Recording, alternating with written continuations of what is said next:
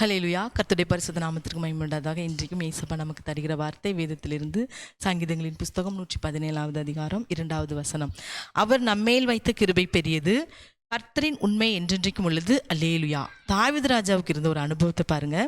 கர்த்தர் என்மேல் வைத்த கிருபை பெரியது. நம்ம எல்லார் மேலேயும் இயேசப்பா வச்சிருக்கிற கிருபை பெரியது என்று சொல்லி அந்த கிருபையை பெரிதாய் புகழ்ந்து பாடுகிற ஒரு அனுபவம்.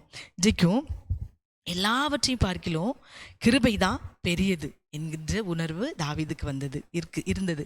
அதனால தான் அவர் சொல்றார் பாருங்க, என்மேல் ஏசப்பாவுடைய கிருபை நிறைவா இருக்கிறது என்கிற அந்த உணர்வோடு தான் இதை எழுதியிருக்கிறார். கிருபையை அதிக அளவில் புகழ்ந்து பெருசா பேசுறது தாவீது ராஜா தான். இன்றைக்கும் அருமையான தேவனுடைய பிள்ளைகளே, நம் வாழ்க்கையில் நாம் எதை பெருசா நினைக்கிறோம்? நம்ம தேடிக்கொண்டிருக்கிற வசதியான வாழ்க்கைகள், இப்படியான உலக பிரகாரமான காரியத்தை நம்ம பெருசாக நினைக்கிறோம். நல்ல ஒரு காரியம், ஆசீர்வாதம், பணம், படிப்பு, அந்தஸ்து, இப்படிப்பட்ட காரியங்களே நம்ம பெருசாக நினைக்கிறோம்.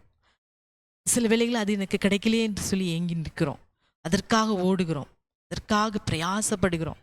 ஆனால் தாவீது என்மேல் ஏசப்பா வச்ச கிருபை பெருது, இதெல்லாம் பெருசு இல்லை, கிருபை பெருசுன்னு சொல்றார். இன்றைக்கும் நம் ஒவ்வொருவருக்கும் அருமையான தேவனுடைய பிள்ளைகளை கேட்டுக்கொண்டிருக்கிற உங்களுக்கானாலும் எனக்கானாலும் பிசாசு என்ன செய்வான்?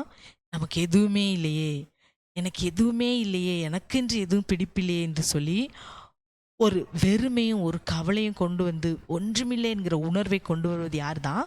அந்த பிசாசு. ஆனால் கிருபையை உணர வைப்பது யாரு? ஏசப்பா, ஏசு கிறிஸ்து தான் அந்த கிருபையை உணர வைக்க முடியும். ஜீவனை பார்க்கிலும் உம்முடைய கிருபை பெரியது, மேலானது என்று பார்க்கிறோம். ஆகவே இந்த நாளில் தாவீதுக்கு இருந்த அந்த அனுபவம் வேணும். எனக்கு எது இருந்தாலும் இல்லாமல் போனாலும் ஏசப்பாவுடைய கிருபை எனக்கு பெரிய லெவலில் இருக்குது, அந்த உலகத்தில் நான் தப்பிச்சுக்குவேன், நான் வாழ்ந்துருவேன்.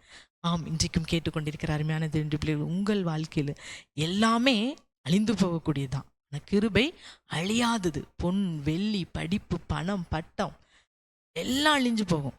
ஒரு பெரிய இயற்கை சீற்றம் வரும்போது எல்லாமே நாம் சவதரித்தது, சம்பாதித்ததெல்லாம் மண்ணோடு மண்ணா போகும். ஆனால் ஏசப்பா நம்ம மேலே வச்ச கிருபை அது என்றைக்குமே நம்மை விட்டு விலகாத கிருபை.